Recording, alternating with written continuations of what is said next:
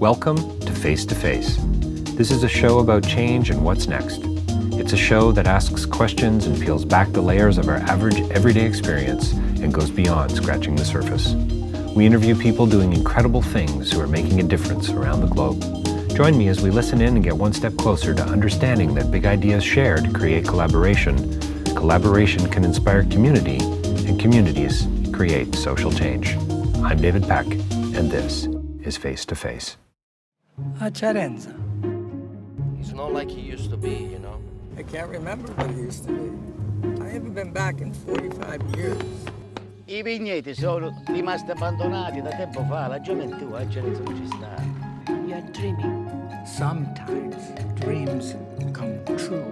Hey, Marcello! I don't know how to make wine! Does anybody know how to make wine here? Nessuno.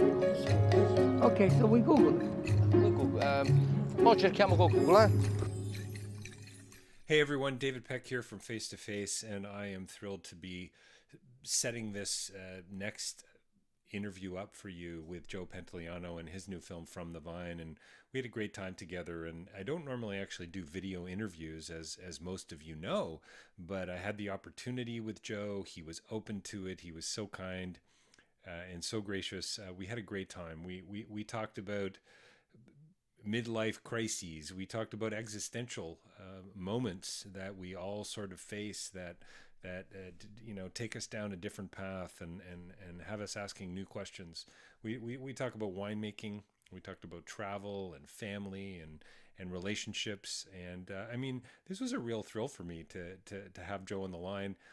He's an icon in Hollywood. I mean, come on, let's think about this here for a second. The Goonies, first of all. I mean, come on. If you haven't seen the Goonies, then you need to shut off the interview. You need to go watch and or rent the Goonies, and then come back and listen in on this interview with Joe. Midnight Run, one of my all-time fave classic comedies. Robert De Niro, Charles Grodin. It's so great. Bound. I mean, come on! This is Memento, The Matrix. How much more do I need to say to plant the seed that this is worth taking some time with? And the film really is terrific. It's beautiful. It's gorgeous to look at. Joe is wonderful. It's about all of us being at a crossroads. It's about stepping into a new and a more human world and a way to interact with that in a way that is kinder and gentler and more gracious. Anyway, I could go on for a long time. As most of you know, somebody recently said to me, "Hey, David, you really like to talk," and I think that's pretty clear to most of my listeners. But this one, I just wanted to say what a real thrill and a pleasure and an honor it was to have Joe on the line talking about From the Vine. Don't go away. Well, welcome to Face to Face. We are joined by a very special guest today here with us. I am thrilled to have him with us on the line. And actually, we are actually face to face in this COVID era. I'm finding, Joe, most of my interviews are not face to face. We have Joe Pantoliano with us here today to talk about his new film, From the Vine. Joe, thanks a million, really, for joining us. Thank you for having me. So, are people listening to this not going to be able to see us? This is for our benefit. So they both. So I post this on. So they will be able to see you and I. They will be able to see us. Yeah. Is that a good thing, Joe? Are we good looking enough for YouTube? Because otherwise, they could have called me up, and I wouldn't have been so frustrated setting this thing up. No, I'm glad. I was going to say, Jesus, you're not going to do it? I mean, we're not going to see each other. That's right. And it looks like you trimmed your beard for the occasion, so this is a great sign. But Terry Gross, I did her show, and you go into this is years ago. You go into a recording studio. But she's somewhere in Philadelphia, but it sounds like you're both in the room. Yeah, but you're not. Yeah. It's pretty. It is pretty. Cool. It is pretty amazing. So, hey, listen, just want to get this right out of the gate. Huge fan. I want every one of my listeners to know that if you haven't seen most of your films, run out and rent them. I mean, come on. Memento, Matrix, Bound, for crying out loud. I mean, there's just so many, Joe. You've had such a rich career, and you're stepping into this new film from the vine, or you've stepped into it. You're facing this existential crisis in this film. And I Yeah. love the synopsis. It actually refers to you as a downtrodden man. Yeah. Do you find do you see some parallels here? Like, I mean, I've Well, got to be honest with you. I did for being myself. downtrodden, the problem with being downtrodden, you're always the last one to know. That's And, true. you just, something's wrong. So I think that's a description. But in Marco's case, he's been so busy gobbling up and climbing the corporate ladder, Right. wanting, and this is how I was able to identify, and in that you work so hard following your ambition, your life's dream. Most people in America, I would imagine in Canada, this may sound familiar to some, but you go to the right schools, you get a good education, you get a great degree, you get a great job, you find your wife, you have kids, you make a lot of money, and then you'll be happy. Right. Most people don't get to the make a lot of money part. Most people work their whole lives just trying to, you know, hoping that something good will come. And in my case, in Joey's case, and also in Marco's case, you get to a point where your dreams do come true. And then you're like, why am I so miserable? Well, I discovered that, but Marco doesn't even, he just is, he's having visions. He's a little worried. He's seeing He's things. talking to grapes, for crying out loud. Yeah, and he does something. He goes against the grain and betrays the trust of a dying man, and in doing so, he leaves his job and kind of discovers his wife informs him that they have been distant, uh, an unloving marriage, a daughter that despises him, and he winds up behaving in a lot of ways like his daughter. He's trying to find himself again, Right. and then he goes back to a country that he hasn't seen in 45 years. He's actually lost his native language, needs help communicating with the people that know him as a child, and then his wife and daughter come out to kind of save him and throw a net over his head and put him in a straitjacket and get him back to Canada, when they start realizing that the simplest parts of living is enjoying life, is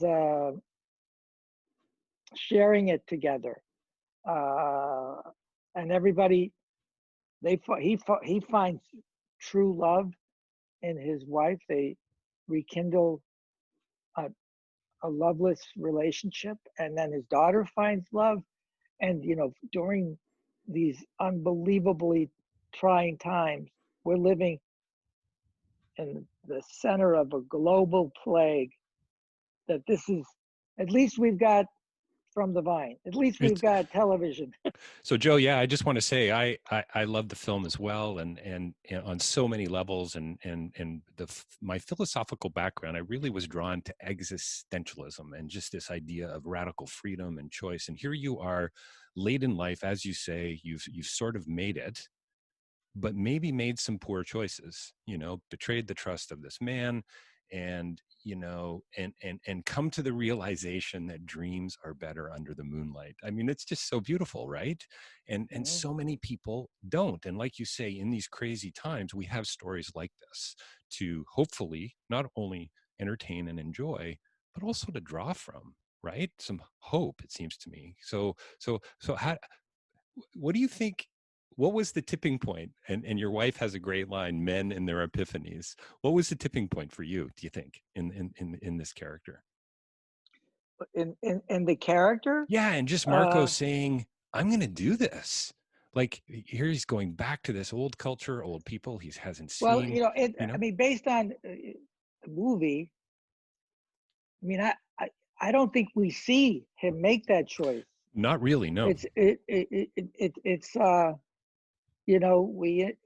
we are introduced to him uh, in the first few minutes of the movie. He quits his job. Then the next scene, he's in the kitchen and he tells his wife, "We're going," and then he kind of floats away, literally. Right. He floats away into his past. He's a man Mm, who hasn't visited that in a long time, and now he's in his past and he's living in his past and he's seeing the past, and then he's presently in a world that he hasn't seen in 45 years, having conversations with a man that he hasn't seen in 40 and who's been dead for 30. right. And and it's almost like if the voices that Kevin Costner heard in Field of Dreams. Right. Right. You know, Yep. it's like I think there's even a reference to it in the movie with There is your daughter. when, Your daughter when the says, fruit. "Yeah." Your daughter says, "Is this a Field of Dreams theme?" Which is hilarious. But doesn't the fruit, the vines even tease me? The vines Yes. are Yes. saying, "Oh yeah, if you grow it, they will come." They will come. They're making fun of me, and he's lost, and he's scared, It's good. and he goes to see a priest. So he goes to all of those uh, human elements that may help to save him. He's like, "Dear God, Father, help me. I haven't confessed in a long time," and he's not getting help. And the only real visionary guidance he's getting is from his dead grandfather. And then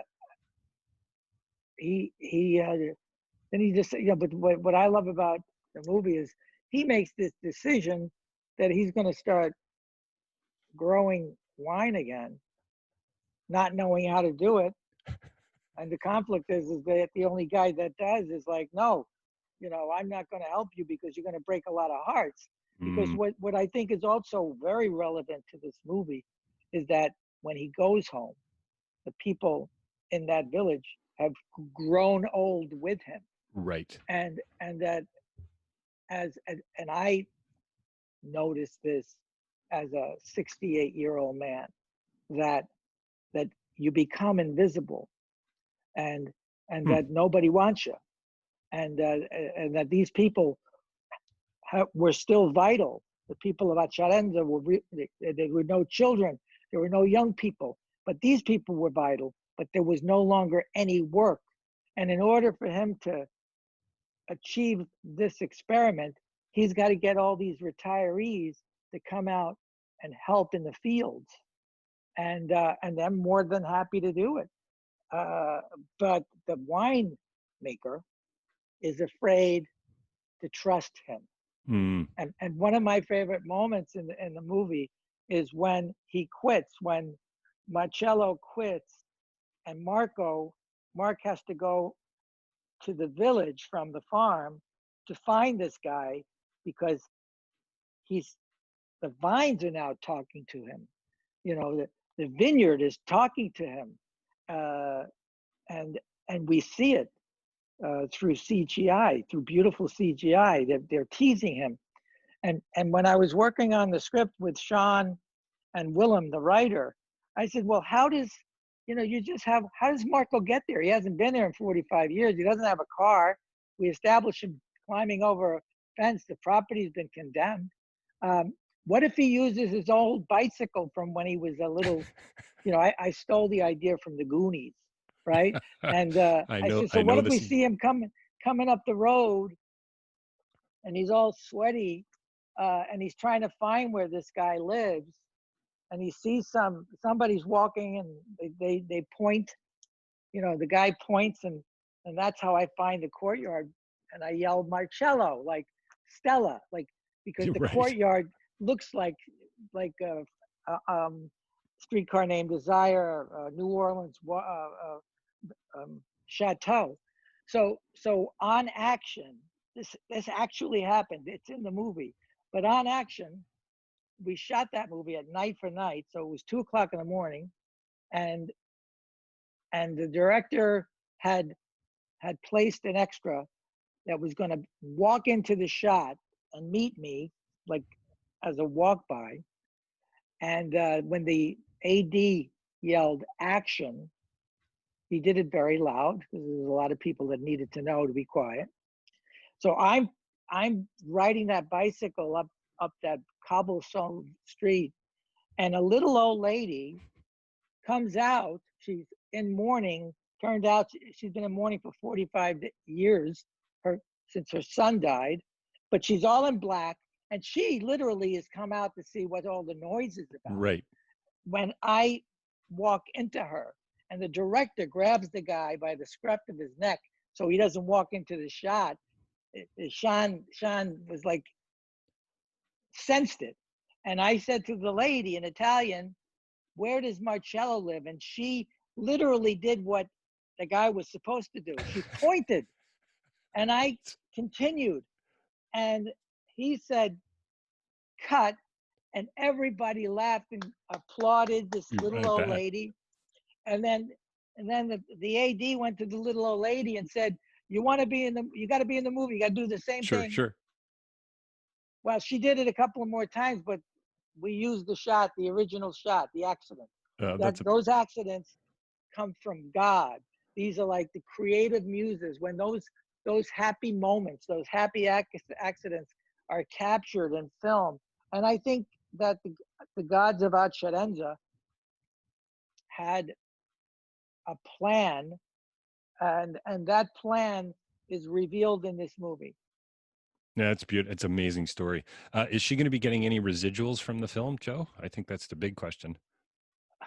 Yeah, or her heirs are. She Yeah. was 90. She was 90 last year. She probably outlived all. Got she it. probably outlived all of us. That's right. Yeah, that's a great story. I love that. Well, I think that's kind of pretty pertinent to the film as well, it seems to me, right? It's about paying attention, right? And you guys were paying attention in the moment.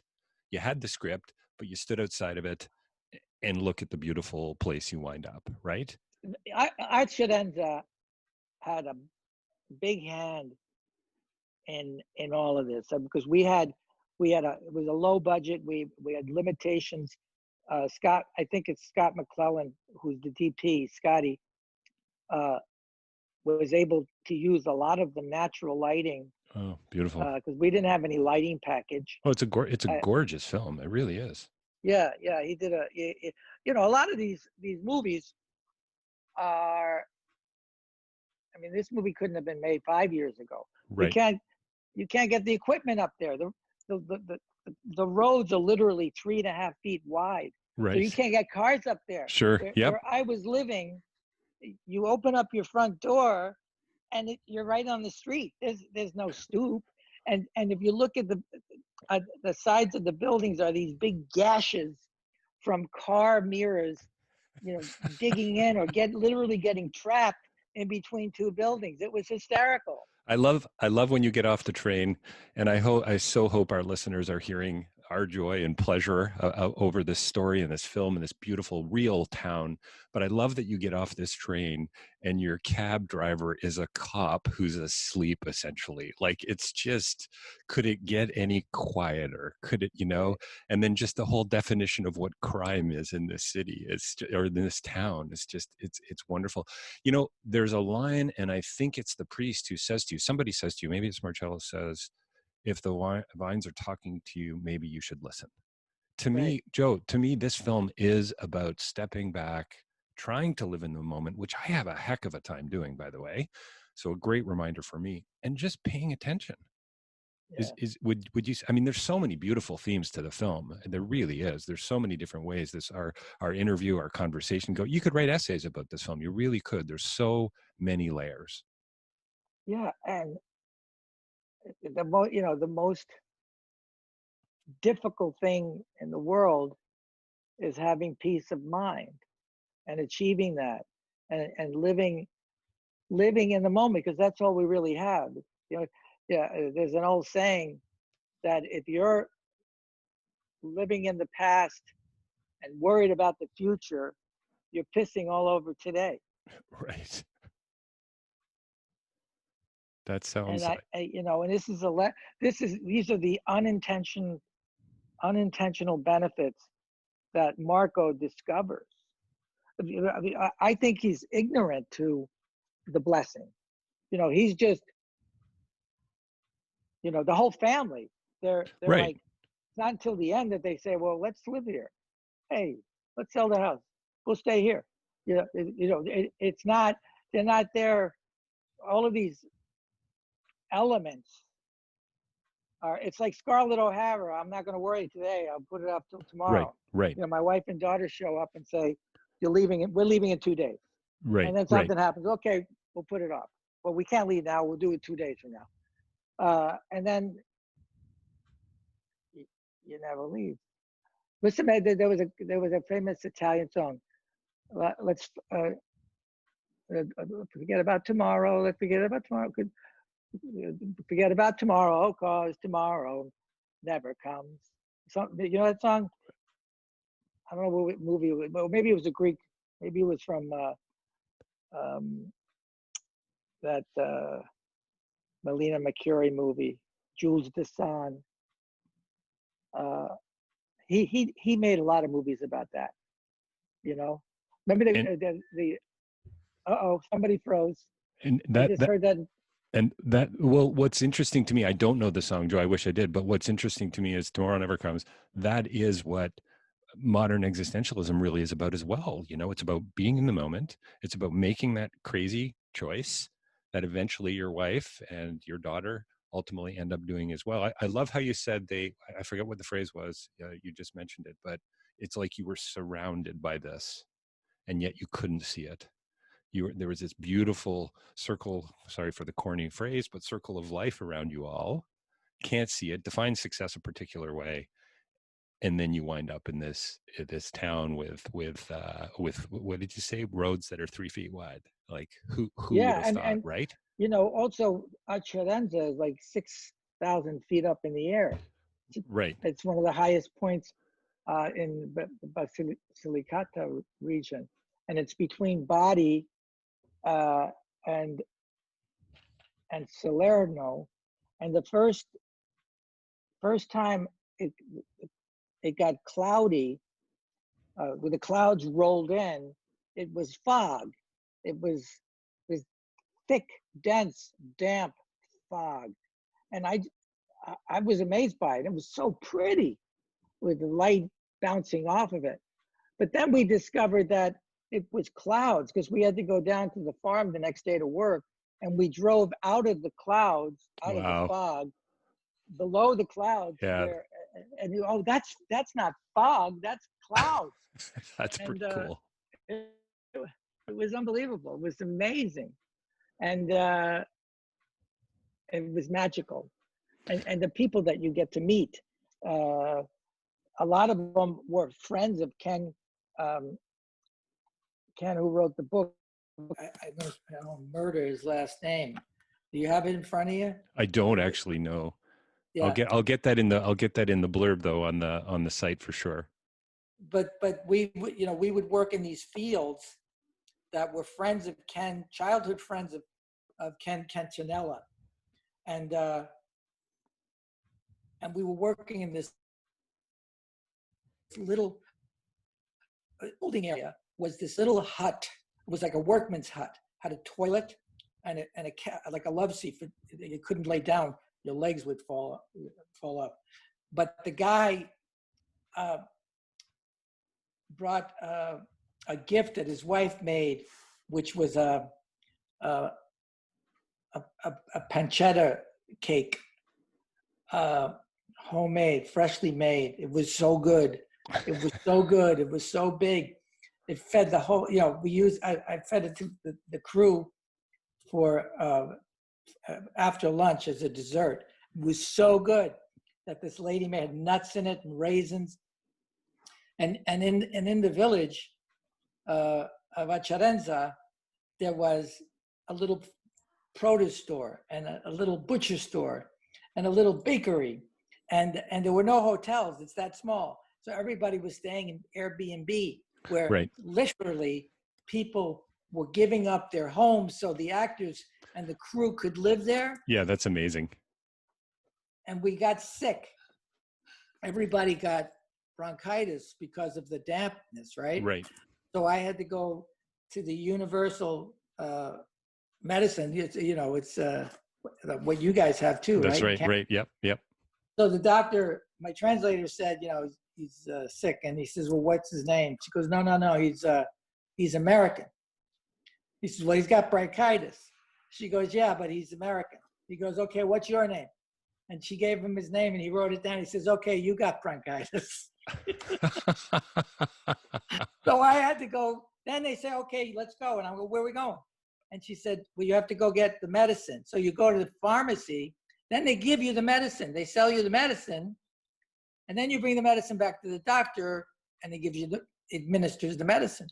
So now the pharmacist is doing my order, and then I need something else. She says, well, it's not here. It's going to come later. She says, but I'll bring it to your apartment because you're renting my apartment. Oh, that's the best.